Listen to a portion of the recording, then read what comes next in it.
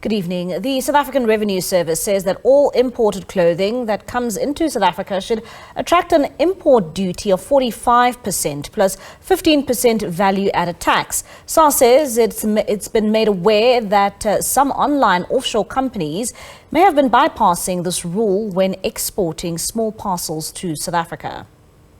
SARS says courier companies that deliver imported clothing need to properly observe the law in their declarations. It says it has observed a trend of companies filing codes used for packages smaller than those delivered. Local clothing manufacturers say these practices have given online overseas merchants an unfair advantage. They have proposed to assist SARS with the use of artificial intelligence technology to better determine the value of parcels so that they're properly taxed.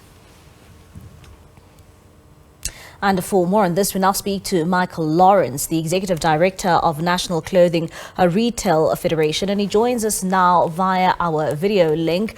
Mr. Lawrence, thank you so much for your time this evening here in SABC News. I mean, just listening to that, one would say if I'm an online shopper, I'm really not happy about what I'm hearing.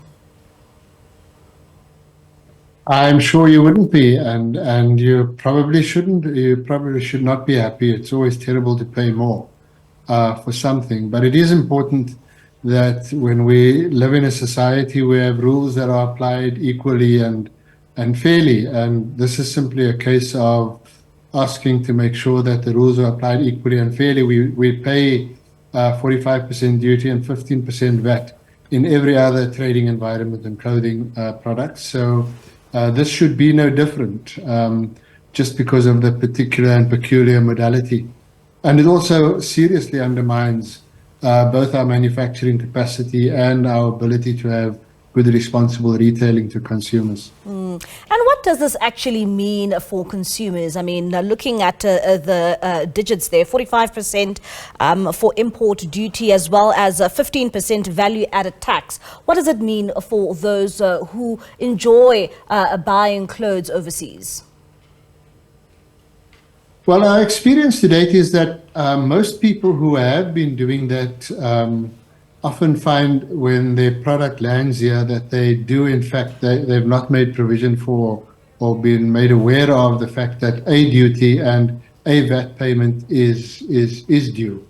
What we are seeing, what we have seen with small parcels, SARS has allowed, because the understanding was it would just be kind of minor product parcels coming to the occasional household purchase. SARS has allowed a smaller percentage, and in fact, our intelligence tells us some clearing agents even manage to avoid having to pay the tax, and nothing is due and payable by the consumer. We simply are now saying all of it is due. It's what consumers have to pay when they use their normal physical stores. It's what consumers pay when they use other forms of online shopping, including the many South African shopping operations. Yeah. There should be no reason that this be different from a taxation point of view. We wouldn't have minded if SARS had said to us, let's drop all of the tax to 10% import duty and 5% VAT.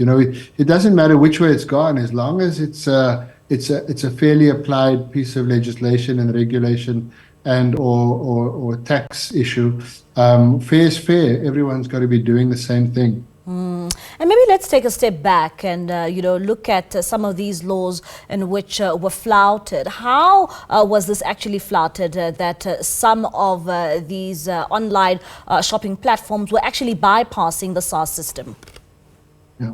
Look, back in the day when these regulations were set up, the assumption was a typical household would really have a very occasional opportunity to purchase something. And in fact, sometimes it wouldn't even be a purchase, it would be a gift. I get a gift from my daughter who lives in a country overseas, or my grandmother who was just sending me something, or my godfather or whatever. And so the view of the regulatory authorities, I think, was that it's trivial in quantum, trivial in value, and not really worth following up on. It was not meant to, the deviation or the exemption was not really meant to be in place for large scale commercial activity. What we have seen is substantively large-scale commercial activity.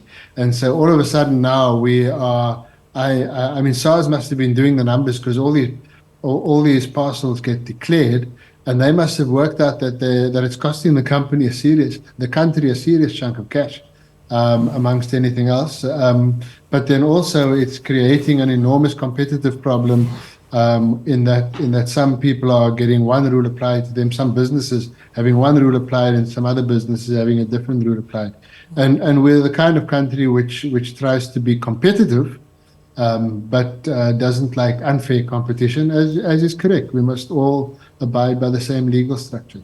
And perhaps do we know who are the biggest culprits, especially when it comes to flouting of some of these regulations? I don't know, so you would have to ask SARS that. We as South African retailers from the Clothing Retail Federation, we have made a number of purchases just to test the model ourselves, from various offshore online operators. We've had very different experiences in terms of value of duty payable, value of VAT payable, or the collective of that tax revenue payable. We've had very different experiences about the quality of the product, the time it takes for the product to arrive, and so on, and so on and so forth. It is not for us to call out in individual businesses. What we did say to SARS was, it might well be, given the numbers, and there are numbers, the trading practices are occurring across the world. I mean, this is not a uniquely South African issue.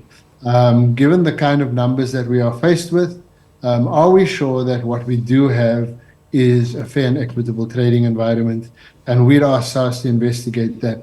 Which individual companies are taking advantage of, or were smart enough to do something interesting, that's not for us to call out. All we're really interested in is an assurance from our regulatory authorities that things are being done correctly. And we always hear, proudly South Africa always saying buy local. Do you think that this step now towards this direction will actually promote buying more locally produced products? The short answer to that is yes. Unfortunately, there's a complicated answer to that. It's we have a peculiar mix of some roughly 55 to 60% imported products. Certainly in the clothing retail as part of the federation, and that's always going to be the case. So I'm a board member, a designated board member through Proudly South Africa. We take that narrative and that ambition quite seriously. I chair a team that is part of the master plan, clothing, textile, footwear, the master plan, which the TIC has spoken quite a lot about in the media. We do a lot for developing commercially sustainable, commercially reliable local content sourcing of clothing and textile, footwear and leather products.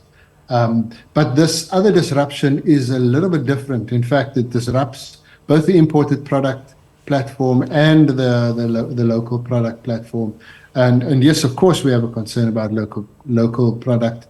We have a number of very good commercial and economic reasons why we want to see a lot more product on our shelves that has been locally produced. And the emergence of the kind of operations we're talking about here that created the problem for SARS to address was certainly not going to be helpful for local. And in fact, we think it may still have some ripple effects downstream. We're looking at options. Mr. Lawrence, thank you so much for your time and for that clarification, especially to those, who make use of the various platforms. That's Michael Lawrence, Executive Director of National Clothing Retail Federation there, giving us a bit of insight in terms of some of the regulations that SARS will, of course, be instilling in those online shoppers.